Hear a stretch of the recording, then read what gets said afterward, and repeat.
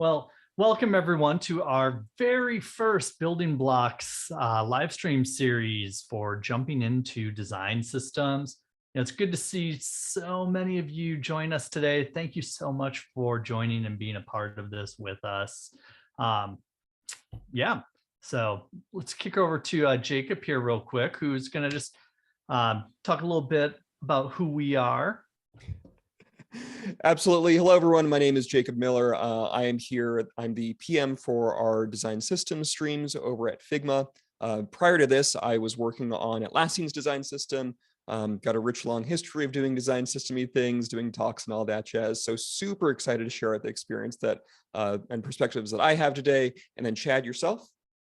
Yes, and my name is Chad Bergman. I'm a designer advocate here at Figma.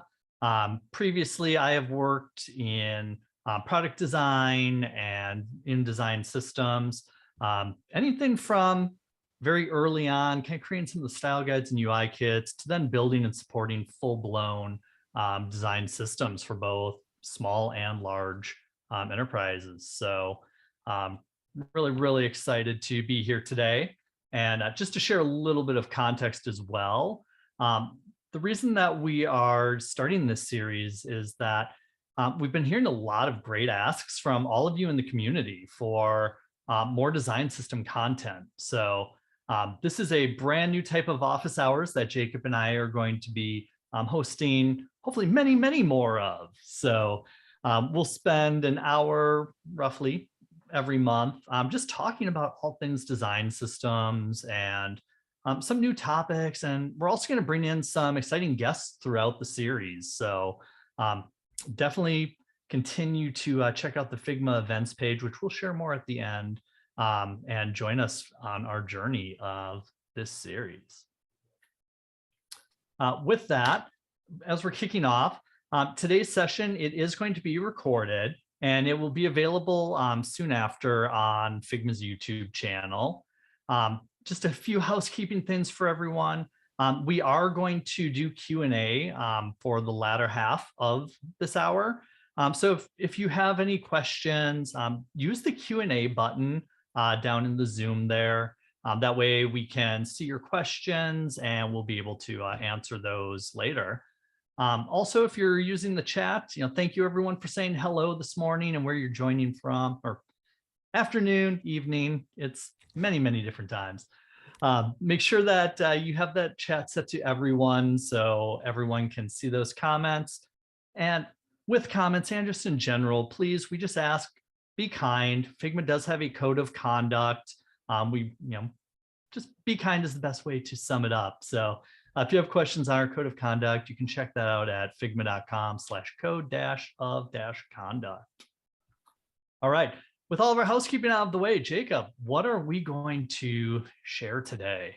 Absolutely. So welcome to Building Blocks, everyone. What we're going to be covering today is the interests and expectations. That's what we're doing right now. And what I just want to lay out here is what the format of this is going to be, both today as well as in the future. So we're going to be digging into the foundations of design systems today. And so these are going to be the very basic elementary pieces of getting your design system started. We really want this series to be applicable to everyone throughout all experience ranges that are there. And with that, we really want to touch upon the basics today and make sure that people that don't have any design systems experience right now are launching off on the right foot. So this is going to be some very noob content for a lot of people. So feel free to join in for the AMA session if you're a more experienced design system designer right now. But we do want those heavy experienced questions to come out in that AMA session. So this is really going to be two parts. One is first just like a little teaching moment for those people that are really new to this whole thing. And then next, we're going to be diving into that nitty gritty later on. For future sessions, we'll probably have some guest sessions as well. We don't have one today since we're just getting things kicked off. We want to spend a little bit more time talking about those foundations. With that, let's jump right into it. Chad, take it away. What do we got? All right. Well, yes, let us jump right in here. So as Jacob said, we're going to start really back at the beginning. And, when we think about design systems, it's important to really think of what all goes into a design system.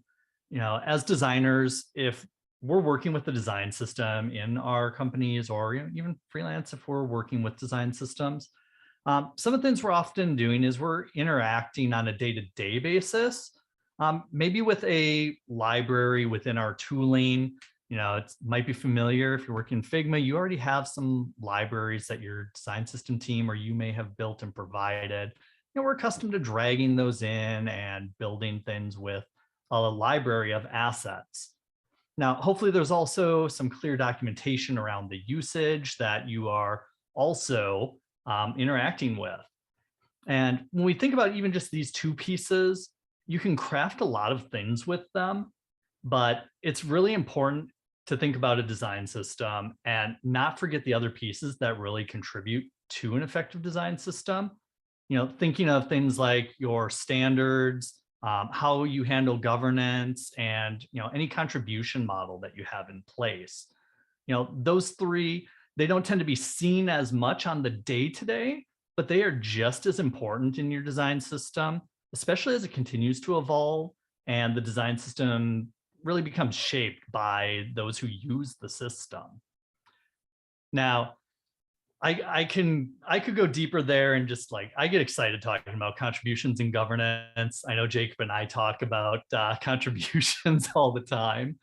But as he mentioned, we're going to take that step back today. So if we think about building, and if we even think about building a house, right?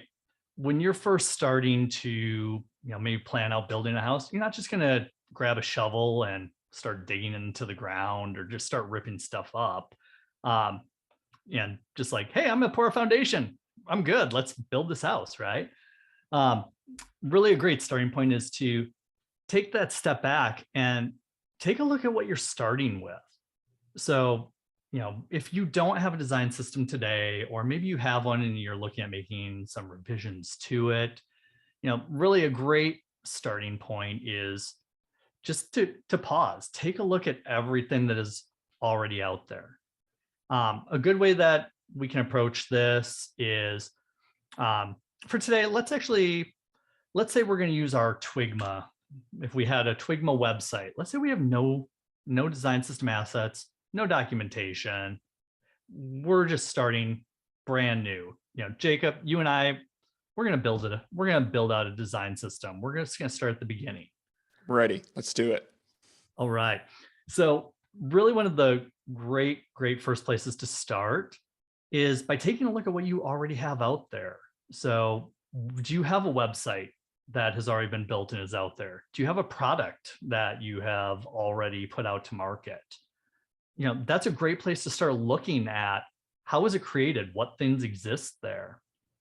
So let's say we have our Figma. Let's say this is a website that we went out to and we're looking at our e-commerce site for all things related to succulents. And a great starting point is to just do an interface audit, or it's also commonly called an interface inventory. Brad Frost coined that phrase many, many years ago. But a great starting point is just taking an audit of everything that you already have on your site. So, Jacob, I think, why don't we just go through our flow that we have here and, let's just start taking some screenshots of things that we have. Totally. And we should really be thinking about identifying certain pieces of reusable content here. So things that stand out to me are, we have some buttons here, which would be great to just screenshot real quick. Yeah, looks like we got some drop downs here. We also have some inputs. See a big banner as well that we probably want to grab. Looks like maybe breadcrumb. We could possibly create a pattern around breadcrumbs. Now we actually have two different buttons here. So, maybe that's intentional, maybe that's accidental, but I think definitely we want to make sure we document that we have both of those types of buttons out there. Components being a key piece of it, but also thinking of things like styles we're finding, what are some of the colors that are being used? It helps to get, as I'm zooming in here, very large, helps us to get examples of what our text is, different. So we start to think later on about how do we come up with standards for our body copy or for headings? Let's see here. Let's scroll a little here. The bottom here looks like we have a couple of cards. So we'll grab a couple of those. Maybe we'll grab this footer because we have some colors here. So kind of a good starting point here, but as you are doing this inventory, it's really important to just go through everything that you have. So I'm going to continue on through this flow we have on our site here. I'm going to add that to the cart. Ooh, new banner. Yeah, it looks like we have a new banner type there. Also looks like our button changed. So before I could have sworn we had an arrow after it before, but this looks different to me now. I'm just going to grab it. If it's the same, all right, it's the same. If it's different, we will definitely catch that as a part of the audit. And don't feel like you have to be perfect here in screenshotting these things. The purpose is really just to be scrappy, get examples of all the variations you have on the site right now. Yeah, looks like we've found yet another button we have here. Another input as well, I notice. Yeah, it looks like we have unlabeled input here. A couple of different text styles. I'm just going to grab this entire row here. It looks like it might be like a list item. Maybe it's a bit more of a pattern, but we'll grab that. Let's check out and see. Oh wow, we have a lot going on here. So, yeah, some new inputs, some new buttons. yeah, we have a few people asking where these screenshots are going. We're just saving them to the desktop right now. And then after that, what we're going to do is grab all those screenshots, bring them into one file, and start organizing and kind of like grouping these patterns together. yes. Looks like again more inputs. We have a lot of different styles going on here. I'll grab this These drop have down. some inline placeholders, I notice. Yeah, here we have a checkbox down here with the label, so we'll want to grab that as well. I think that's a unique button at the bottom, the continue to payment. Previously, we had icon ones, whereas this one doesn't. Yes, that is a great call out. Let's grab that as well. I think we've gotten most everything on this page. Let's check our payment. Maybe one other variation, we have a version of a checked checkbox there. Yeah, that's helpful. Also, looks like we have some little helper text below the inputs here. So I'm just going to grab both of these together. And let's review the order. I feel like we've already gotten most of these. Yeah, I think we've gotten all those. So let's just take a screen of the entire page and we can always reference back then. Totes. And let's complete that purchase. Oh, we have another banner here. All right, look at that drop. That one's new. That shadow really makes it pop. Also, maybe here we have a little bit of this stepper, and I think that's a good starting point. We've really gone through one key flow in our example here, and we've gathered a lot of our screenshots here. So what we would want to consider doing now is bring them into a common place that we can collaborate on this together and take a look at it. So I have a FigJam file here that we've started, and I'm just going to take all of these screenshots that we've just gathered, and we're just going to drag them. Hi, hello, Jacob. Welcome. Let's high five. Let's tackle this. Come on. Hold on, I'm cursor chatting. Hit that H key. Let's high five. Let's kick this off. There it is. All right. Yes. All right. So we can see here, all I did is just drag and drop all of those screenshots that we took. And we're going to just start to create some categories from these. So Jacob, it looks like you are doing some of the buttons there already. I'm grabbing those buttons. Form fields, like anything that's related to a form element.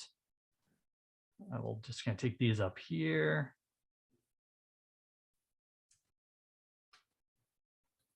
And here we have that whole row, but we have the whole thing there already. Looks like got these. And again, just like when you're taking the screenshots and you don't necessarily have to hit every little single thing or be perfect with it. It's really just about getting that sense of those key pieces that are there to begin. So, here we could group, inputs versus, checkboxes. This could all be kind of together. Grab these here as well. So I see Jacob's already kind of created a heading there for buttons. I will go ahead and create a heading here for, let's actually separate these. So we'll do text inputs. And I'll zoom in a little here. So we're just using FigJam, which is our collaborative whiteboard tool. We're just using this. This is actually going to be a drop down. So I'm going to put that over there. We'll put a drop down right here. It's kind of in between. I think we've captured these kind of right here for the text types, or maybe I'll just duplicate this here and we'll just go right like that. And we will go ahead and crop that and checkboxes. So it's just about getting everything into a particular place where you can start to see all of those pieces you're collecting from the site. Dave, you are very quick as you are going there. You've already cranked out a bunch of those. It's much easier to work than work and talk, for sure. You have the harder job of the two of us. But yeah, I've got our buttons, our banners. I've got some steppers and breadcrumbs over here. And, I'm just doing loose groups of these things. As Chad mentioned, FigJam, great way to just like get these together and just visualize everything in your system. So you can start visualizing those pieces of consistency or inconsistency and areas you really want to align them. All right. So thinking on the, on the alignment piece, as we've kind of got these sorted here now, really a great next step once you've gone through and you've collected things from your site or from your product is to start to think about what pieces need a bit of a consistency pass. What things do we maybe not even want to bring forward and put out into our assets? Maybe we're like, yeah, we don't ever want to have like, this seems to be it almost looks like an inactive button. So maybe we don't want that. Maybe we want to think about this. But the great thing about working collaboratively with your team on this is that everyone can have that conversation and be a part of planning this out. We might say like, these are all really related, so I might just draw a little box around those. Maybe we'll just say we want to nix this. The banners, it looks like this is kind of the same. Maybe we just want different colors, but that drop shadow, it's got to go. We want to get rid of that. Just say no to the drop shadow. Or make it a little softer. Yeah, like I feel like the outline one having the drop shadow kind of makes sense because it feels like it provides a good visual hierarchy, but these two feel very similar to me, the ones above it, where the visual style of them it just feels related, and it feels strange having one have that drop shadow and one not having that drop shadow. All right, we'll just do that with so maybe we don't really need that, so we can just like take that out. Yeah, now consolidate it. Now the other thing to think about is also you're identifying what things have been created that could be turned into components, but it's really important to think about your styles as well. So when we think about how we were starting to grab some content examples as well, yeah, we have a little down here as well. I'm just going to grab all of these here and bring them up for us to just look side by side here. So we can start to see here a little bit of, sometimes it's a little matchup of, how we go and match up what that font size is. Sometimes we'll just want to look at the site and use the dev tools in whatever browser we're using so we can inspect and see what the sizes are. Or it's also great to have that conversation with your development teams and really, dig in to see, hey, how was this coded? Like, what size is this? What weight is this? Line heights on our text, really great for having those conversations. Do we want to But jump and grab all these and pop them into a Figma document, Chad, and then we can start actually like showing off making those styles? yeah, you read my mind. That's right where I was thinking we should go as well. It's almost like we rehearsed this. Crazy. So we'll take all of these. I'm just selecting these and hitting Command C on my keyboard, Control C if you're on Windows. And let's just drop them over into a Figma file. FigJam and Figma, you do have the interoperability, so you can bring assets back and forth between your Figma design files and between your FigJam files. But here we have our collection, and as Jacob said, Jacob, you're kind of creating some style placeholders here. So what are you working So on? all I'm doing is just making a couple of ovals, and I'm just going to grab just a sample of all the different greens that I have first. And I like to do it hue by hue. So I'm going to do all my greens first, and I'll probably do all my purples, and I'll do, whatever other colors I have in the system. And it's a great way just to visualize the number of levels of different elements that you have. That way you can really see like, hey, how large should your ramps be for each of these hues? And as you're doing that, grabbing some of those hues, another thing that can help, again, if you're not taking a look at the actual code or having that conversation, you can begin to start and see what that text size is. So maybe I'll just type the plants are, and I can try and match that up. So it's probably, I'm going to guess it's probably 16, probably 150% there, 0. And looks like that's probably regular. So you can also start to match up this way and see. So that's pretty close. Looks like we might have a little bit of characters. Yeah, there we go. A little bit of spacing on there. So that's pretty close. And same thing, we can also grab colors here to see, what are some of the text colors that are being used. So we can just inspect that, and, we'll have that 555 as well.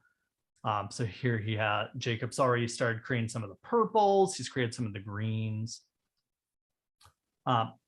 Jacob, I think even if we just take those purples and greens so far, what are we looking to really do with these? Absolutely. So what I'm looking for as I'm creating each of these little swatches that are here is I want to make sure that these things have a relative luminosity that's the same across each level, that it looks like they kind of match up. So if I have these two that are here and I interchange like a banner or another component that's using each one of these, I'm expecting it's going to have the same visual appearance regardless of which hue that I'm using. Once I kind of have a collection of a certain number of these, I'm going to start naming them. So I'm going to jump in right now and just go ahead and create a style out of this. Or actually, Chad, do you want to do that so that we can see you do it in the actual UI? I was just going to say, do you want to share yours, and I'm going to post some tips while you are sharing that. Sure, absolutely. Let me share out. So super simple. All I'm doing here is I'm going to create a little style from each one of these. And I'm just going to go ahead and name this like purple 100, for instance. And then I'm going to jump into the next one here. And here's an interesting little thing that I usually do. And Chad, I think we can share a tip of this as well. I'm actually not going to name this purple 200. I'm going to name this purple 300. And the reason why I usually try and do this, almost, there we go, is I like to make that very large. They are large. I like to leave a couple gaps in there when I'm first doing this color exploration as we're creating things out. That means it's just easier to insert new levels into that mix rather than having to go and like rename all of your, okay, well, I need one in between red 100 and 200. It means I need to rename the 200, the 300, the 400, the 500, etc. It's easier just to allow you to have a few spaces to insert things into it. So I'm going to do 100, 300, and 500 here to start with. And I'll do the same thing for my greens as well. So I'll have my green 100, my green 200 or 300, and my green 500. And now that we've got these styles here, we can really start playing around with them within the context of use of the components that we have. That said, Chad, we might be out of time here. Do we want to jump into answering some of the questions that people are asking as well? I think we have just a couple minutes yet. So I think it'd be good just to wrap up this portion of it. So we've created some of the styles. I think it's helpful to say, as you're doing this refinement, where can we really look at going next? So I'm going to go ahead and I'll share here again. And, a common thing that you can start doing at this point is just creating a rough sticker sheet of some of these things that we found. And, not worrying about complex things or, not worrying about creating variants yet, not worrying about using auto layout, in some cases, not even having great naming yet. It's really just about starting to get that basis for your components and, getting input from everyone rather than seeing everything kind of scattered all over. I can say from experience in the past that when you put everything together in a proposed sticker sheet, it tends to go a lot better for teams to imagine how this may be used within their products, for stakeholders to see what this might look like. So we have kind of a sticker sheet page here where, just some examples. And this is where we can start to see, we have the color styles that Jacob has already created. But when you're starting to say, hey, maybe we're going to create our buttons, we have both rectangular and rounded, but maybe we want to just say we had more examples of rectangular ones. So let's move forward with rectangular ones. So we go ahead here. Jacob, question for you. Are you a frame first or a rectangle first button maker? I mean, I'm definitely frame over rectangle. I have been so adverse to rectangles lately that I just go with frames for everything. And it's probably bad that I usually prefer frames even for like drawing what should be rectangles. I'm too frame heavy. I am also very frame first. I'm on team frame when I'm creating my components. But I'll start here with this frame. And as Jacob has created those styles already, we can start to use some of those. So maybe we want our main button to be, the green 300. And I'm just going to put a text label in there.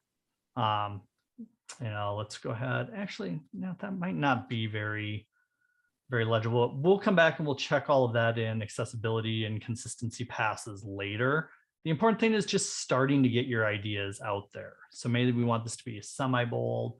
Maybe we want it to be 18 pixels there, or 1.125 rem if we are doing mental calculations on what we might say. But even setting it up, don't worry about auto layout or anything at this point. We can just start to drag this a little bit. Maybe I'll say, what do I want the size to be? I know I'm going to want 12 pixels and maybe 24 pixels of padding. I like doing hitting my just moving my label around and then dragging. So and yeah, so we have a lot of people in the chat mentioning auto layout here. Totally. I think once you become experienced and more familiar with the design system, that's definitely what you're going to want to jump into. During these early stages, though, it's often helpful to really give yourself the mobility to adjust things, move things around, and really play with it. And sometimes that doesn't require you to do a full auto layout. So it's totally fine no matter which one you do here. You can definitely just like hit that text layer and do a Shift A. But doing something real scrappy to start with is totally acceptable. We're not trying to make polished products right now. We're just trying to explore. Yeah. So we could just do this, but it's really about just getting everything laid out. It looks like Jake, you adding a little bit of the corner radius there, little 4 pixel. Polish it up, make it fancy. Yeah, and maybe it needs to be a little bit wider, maybe that 24 pixels. Maybe I do want to just dive in and do auto layout. I'll hit that Shift A on there, and I can start to adjust that very quickly. I love that Shift A hotkey. And let's take that down to 12 because maybe the buttons are a little large. And maybe we don't want 18. Maybe we want to take that to 16. There you go. That looks a little better. I like that.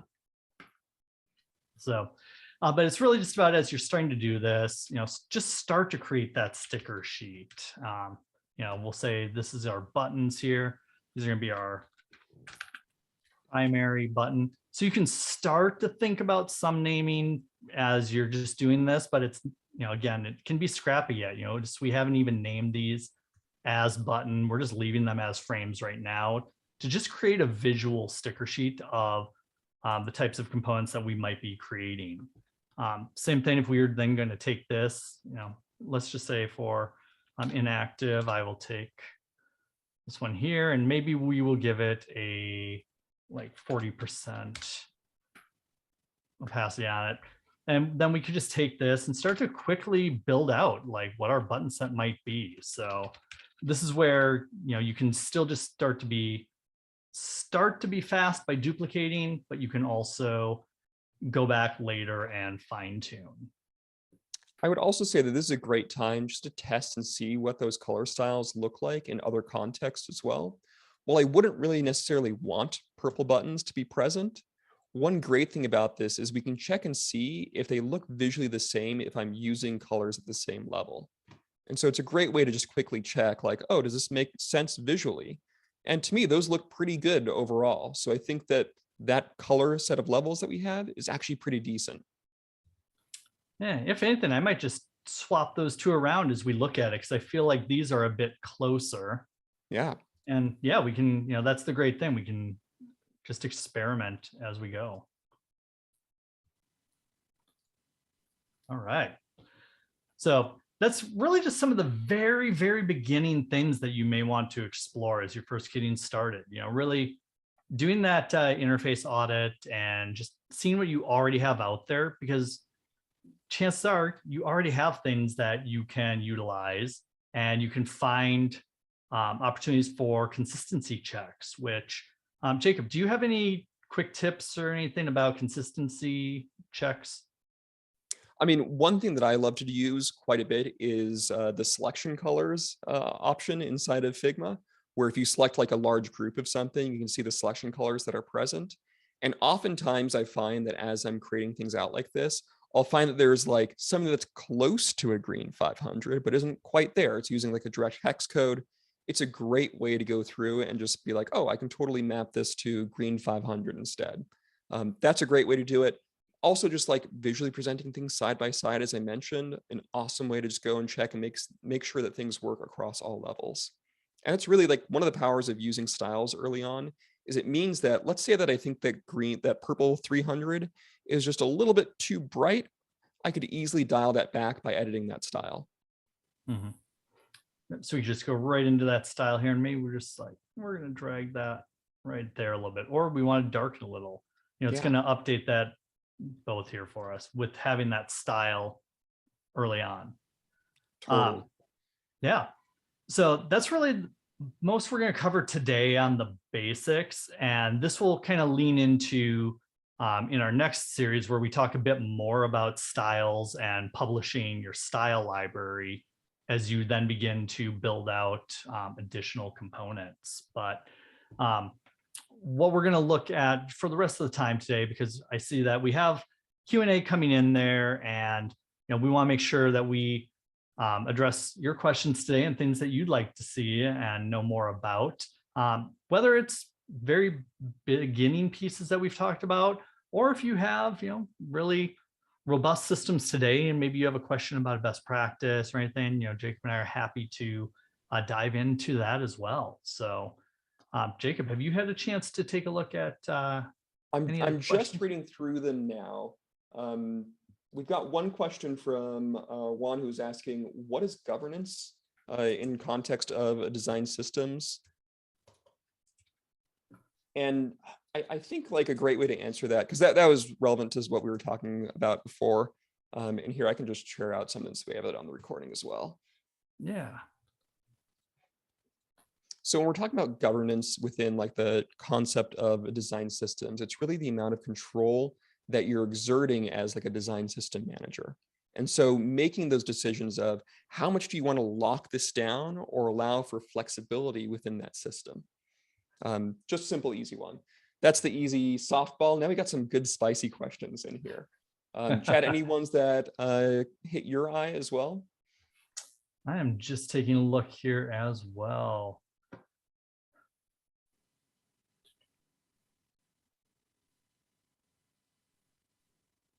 There's a lot of great questions here already. Yes. Totally. I feel like we should just, man, we got a lot and we don't have enough time to hit all of them. But there's a great one from Devin here that is, how do you handle breaking changes for components?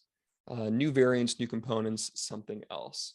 Devin, what I would say in my experience of making these updates in large organizations is there's no right answer for any specific situation that's there.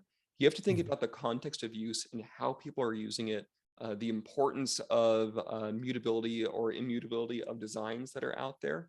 And so if you have, a NASA-like situation where if you're pushing an update to this design system and you have to guarantee 100% that, you can't break any sort of thing upon update, then at that point, publish a V2 of your library that's out there. That said, if you are acceptable with, it being like, oh, well, 95% of the time it's going to be okay, then I think just making those changes to your components and relying on some of the logic inside of Figma to transfer overrides to those new variants is something you can rely on. And, just what I would do is I would test it in context as well, like push a minor update to something or make a branch of something, experiment in there, and then really just try it with like a local library first to see how things are working. For new variants, as you're changing the structure of things, of course, things are going to change and the way that people consume them is going to change as well. But one of the nice things about if you're adding a ton of variants to an individual component, whereas before it was like a bunch of different components that were out there, is even if they update, they're only going to update that one component that's there. And as long as that's like the main component for that variant set, you're not going to see visual changes cascade down for the instances that are out there. Yeah, test it. There's a bunch of different ways to approach it for sure. But if you absolutely cannot have any breaking changes, then definitely do like a V2 of your libraries. Yeah. Chad, any other things that you would add to that? I think the other big piece there is just really, remembering the communication piece, right? Like being able to communicate that, the why behind it. If you are making an intentionally breaking change, just communicate why that change is being made. A lot more convenient than people just wondering, well, why is this breaking my stuff and I don't want to update. I have that fear of the as you have the component updates available in your corner there, we don't want to create that fear for your teams of, well, should I update this? Should I not? So, definitely communicating out. That's something that I've always done in the past is, if there's a major breaking change coming out to a component, posting about that in, if you use like Slack, Teams, Google Chat, whatever, carrier pigeon, sending out a message and just making sure everyone knows. Email, follow up on email as well. Some folks just really read email, don't necessarily pay attention to announcements, but also utilizing your notes when you are publishing a component update. Definitely make sure you use that description field when you're publishing the update. So that way, as folks are accepting it, they'll see that note along with the changes. Totally. Yeah, be a good steward of your design system and treat it like a product for sure. You want to communicate with your users. Devin has another great question, which I'm going to jump straight into because it means I can be lazy and not update the person asking the question field. What they ask is, how do you handle variations on complex components? If you use a common base and turn things on and off, the experience can be problematic for end designers. If you don't, you have to manage the changes over a potentially huge number of variants. Chad, are you a fan of base components? When appropriate, I believe that local components have their place when appropriate. I tend to approach this, and from folks I've talked with who tend to approach it this way as well, it's kind of an either or scenario. And when it gets to be we're using both of these very heavily, it tends to be, exactly, Devin, as your question about what that consumption experience is like for the end designers. Using them in major combination can be a frustration for both a maintainer as well as a consumer. So it's kind of both, right? If you're not using variants and you're purely using a base component for handling things like maybe different states or maybe showing or hiding icons within a component, you can continue to do that way. If it's working for you, it will work for you. If you're then using all variants where you're creating multiple variants of everything and you're not doing any type of like base component, it's a little more work for the maintainer.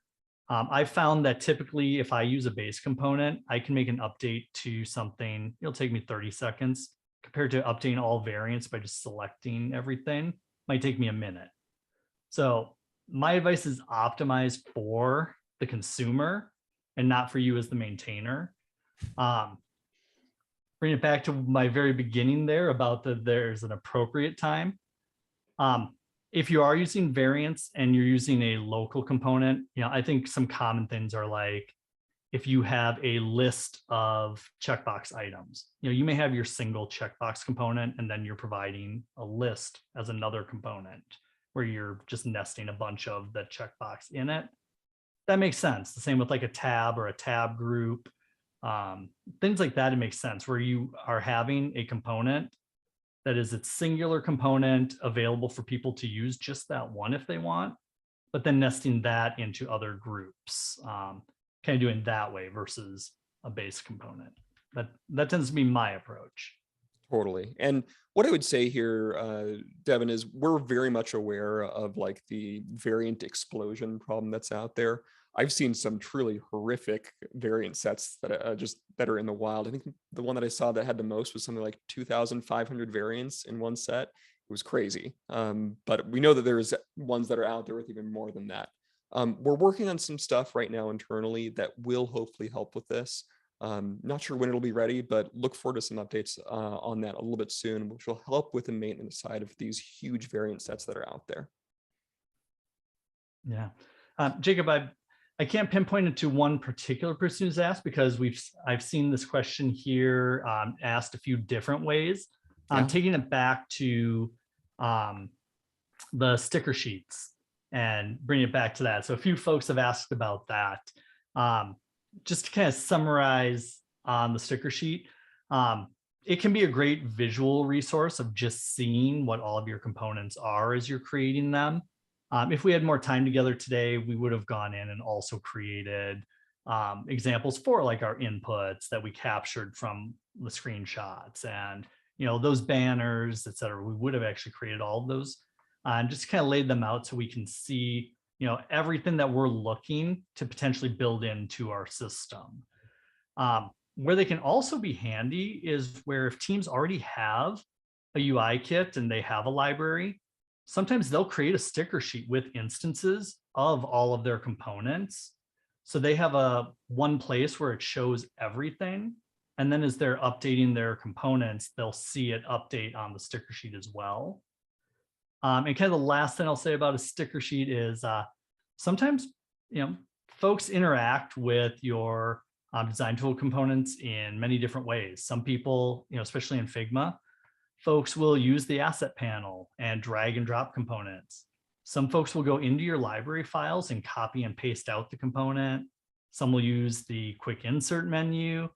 Some will want a sticker sheet where they can just see everything. They have just one file bookmarked, or maybe they have a link just to that frame where your sticker sheet is, and they just copy and paste right off of that. So there's lots of uses for it, but when we talk about in the very beginning in creating, it's purely a visual piece in the beginning to allow you to just see everything together that you're working on creating. Yeah, and later on you can migrate out to having them have their own pages and having, variations of them, all sorts of things, documentation attached. But yeah, that first visual step is the key and the way to go. There's a great question that's kind of an extension of that as well, which is from Patrick, who asks, what if you're starting from scratch? If you have nothing and you don't have an existing website that's out there to draw and build a sticker sheet from, where do you go? Where do you kind of jump into? Personally, for me, I don't like starting with the design system first. I like exploring visually and creating that site and trying to let it grow organically into the look and feel that I kind of want it to have. And then once it's kind of evolved into its like very, very early kind of alpha stage, at that point, I like to kind of step back and really build this sticker sheet out and then draw those consistencies out. I think if you go from the design system first, you end up limiting yourself and not allowing yourself the creative freedom to really explore and see what your site needs. Mhm. Chad, thoughts on that on your end?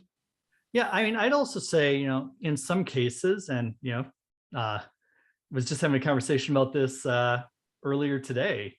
And in some cases, you might not need a design system. A UI kit might be more than sufficient for you, whether it's a community sourced one, or, really to echo what Jacob said, just freeform explore, and then maybe you find some of those patterns and consistencies that you want to then, create a sticker sheet to just shape up your own stuff.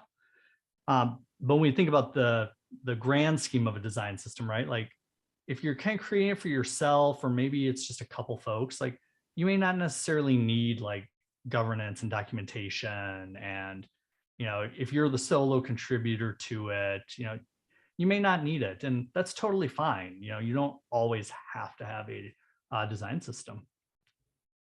There's a bunch of other questions that are on here that seem to be related to that design development handoff process, how you keep those two things in line, and ways that you would approach kind of like merging those two worlds together, if you will. So I'll just quickly like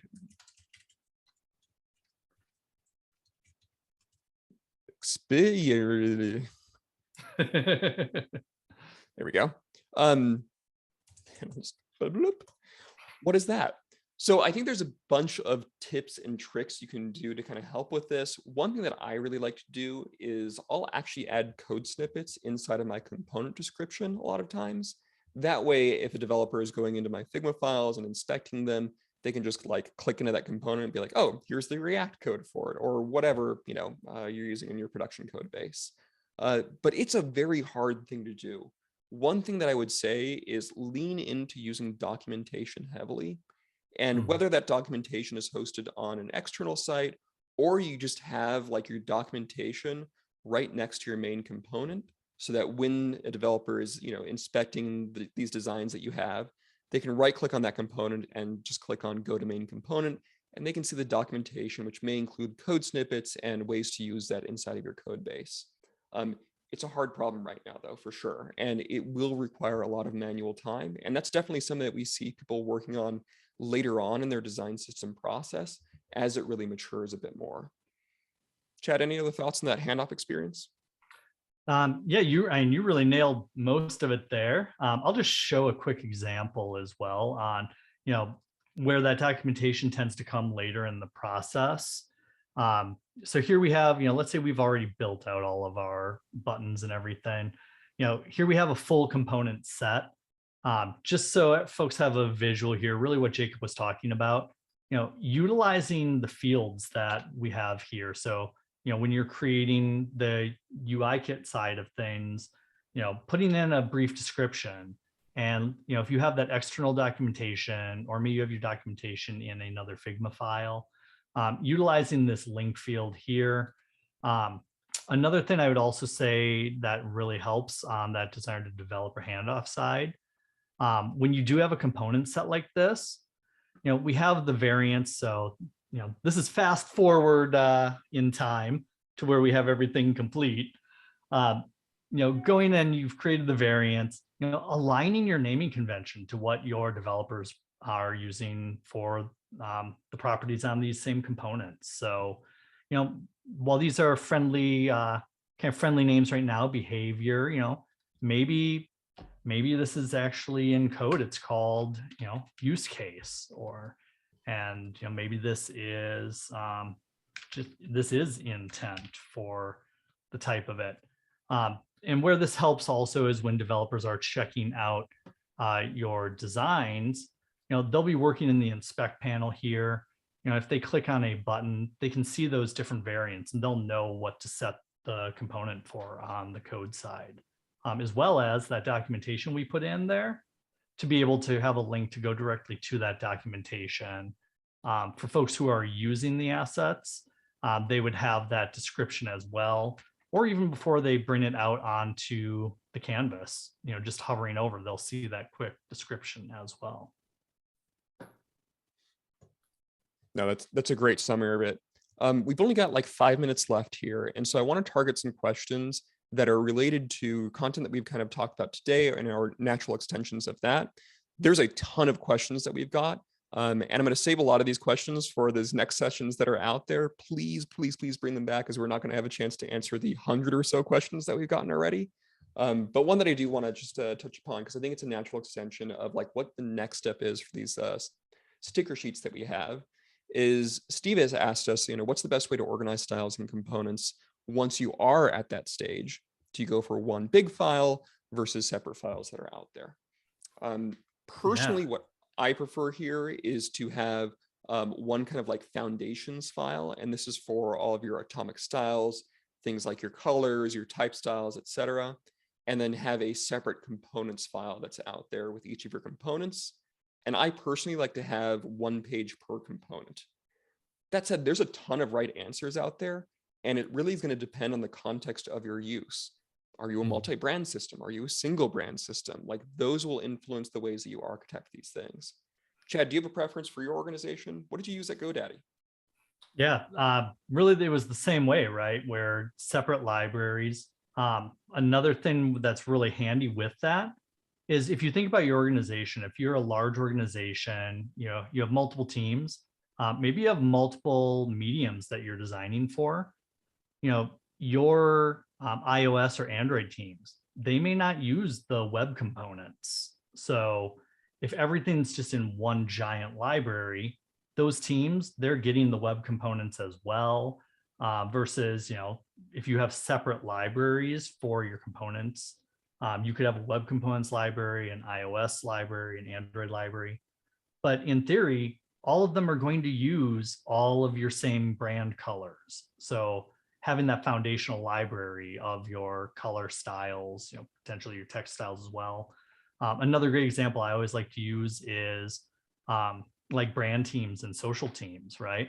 They tend to not work with components. They're mainly working with the color and text styles when they're putting out digital content.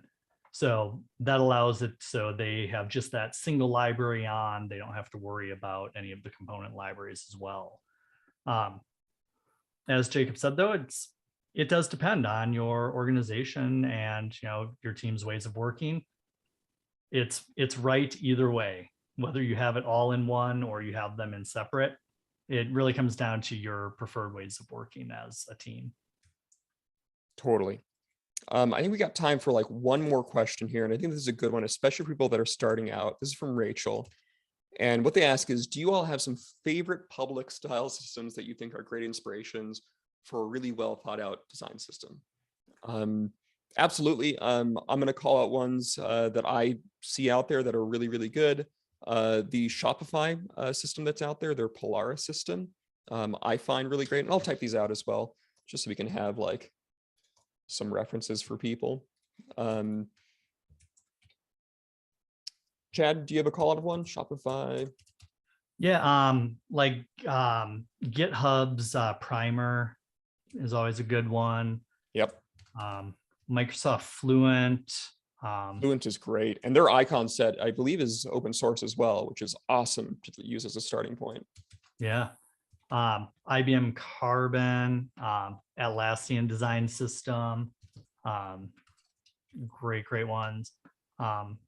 Orbit's Kiwi, I believe it's called Kiwi for Orbit system. Also a really good one. Yeah.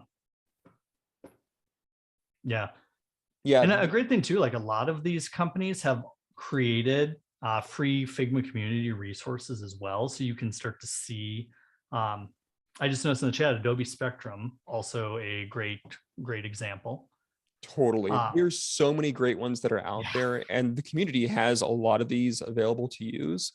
I'd highly, highly recommend just like jumping into the community, seeing what design systems are out there, and really get a sense of how they're all doing things in unison. Like, what are the commonalities between them? That's usually the area that you really want to gravitate towards.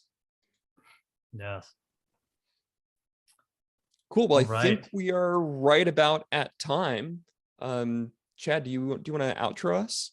Yeah. So, just want to say thank you to everyone for joining us today for, the first in our building block series. As I mentioned at the very beginning, we're going to continue to do these at least monthly. So definitely check out the Figma events page. Also some resources for you. If you ever have questions, help.figma.com. We also have our Friends of Figma communities that are run by all of you in the community at friends.figma.com. And also, if you have product ideas or you're looking for help, also forum.figma.com is a great resource. So as I mentioned, future live streams, figma.com/events. Once we have our next building block scheduled, that will be on there. We also have some EDU live streams coming up, which are really exciting. Again, this session was recorded and we'll be posting this to the Figma YouTube channel. And please, if you have suggestions or ideas for future live streams that you would like to see, email us and tell us about it, community@figma.com. So thank you, everyone. Yeah, everyone, thanks a ton. Super looking forward to doing tons more of these in the future, especially as we slowly evolve this design system that we're building out in these sessions to a really, really mature one. Cheers all.